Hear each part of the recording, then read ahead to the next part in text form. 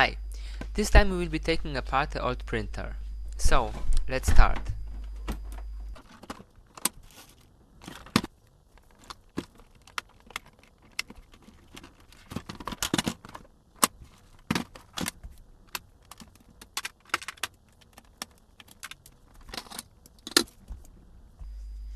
Getting inside modern consumer electronics is not always straightforward.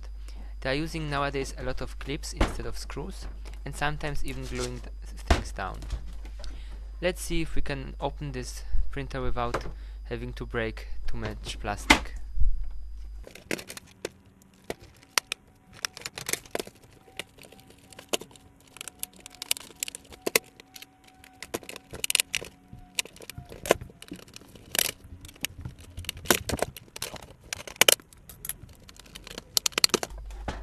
Yeah, that's not so easy, but I think now I know how it's put together.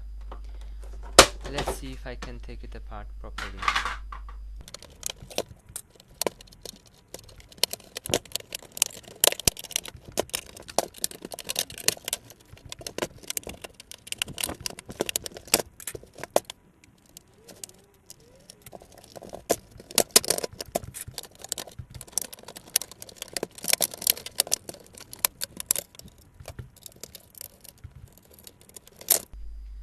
Now the last two screws.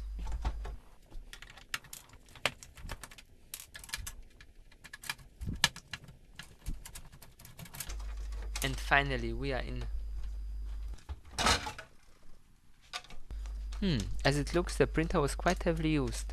The sponge intended to collect the waste from head cleaning is quite full. Let's first get the remaining printer ink out and the printing heads as well.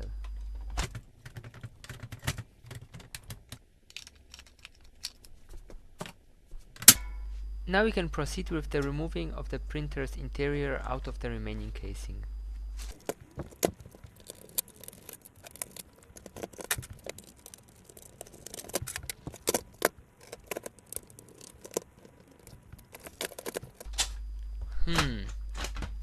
It's stuck on something. Either I haven't removed all the screws or there is a clip somewhere.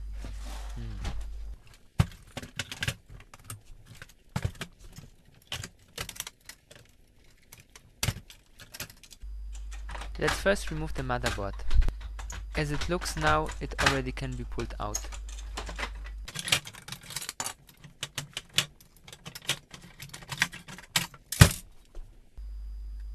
There isn't much here that can be easily reused, but for example, on the lower right side there is a real-time clock chip and the iSquared PROM.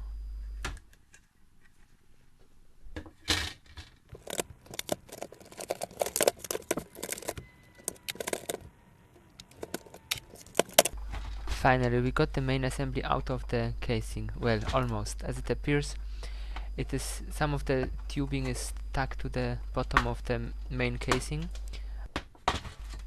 Let's now quickly remove the remaining sponges so that the whole disassembly process will not become a huge mess.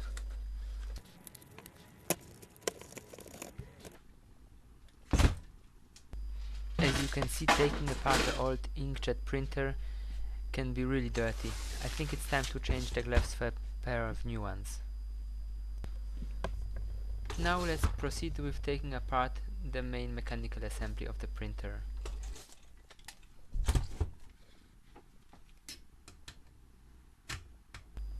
I will start this part by removing the head cleaning assembly, which similarly to the sponges will be full of old, still probably wet ink.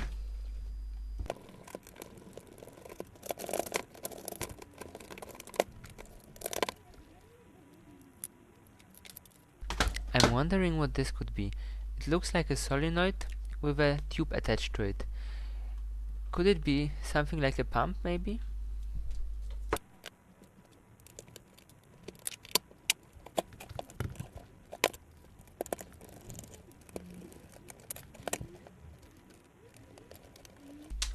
Okay, one more screw and we will have the mechanism out, which is responsible for the movement of the head.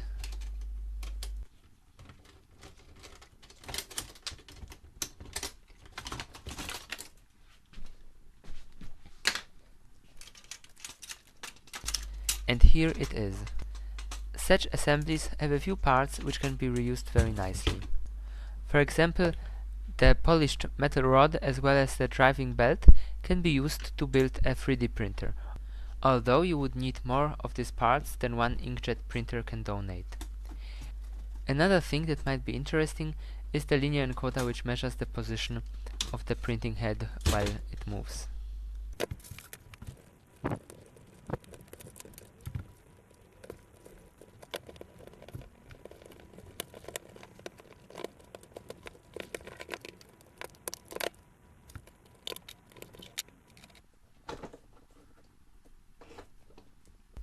If you don't have the right Torx screwdriver at hand, you can always help yourself using more barbaric methods. For example, you can hold the screw tight with a pair of pliers and then loosen it, such that when you later on fit some flatted screwdriver into it, it will be loose enough so that you can screw it out without breaking the edges of your screwdriver.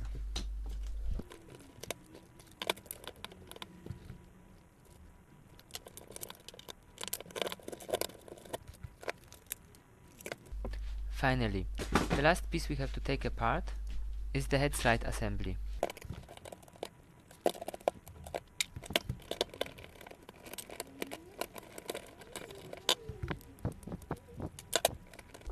You have to be careful when removing the linear encoder ruler. It's basically just a thin transparent tape with a lot of stripes on it. Usually the resolution is about 200 stripes per inch.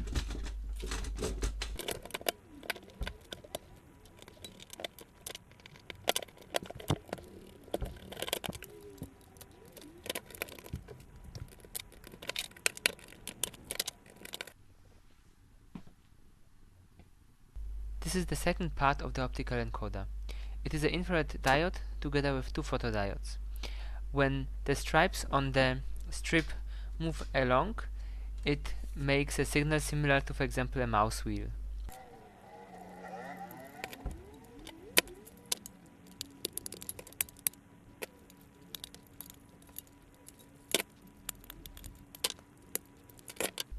I'm wondering what this part is good for. I've found this already in many other inkjet printers. Basically, there is a light emitting diode and a photodiode, and the assembly looks like it is trying to detect the light which is reflected back by the paper. I don't know for what purpose. Maybe it is intended to detect where the edge of the paper starts. If you know, please let me know that in the comments.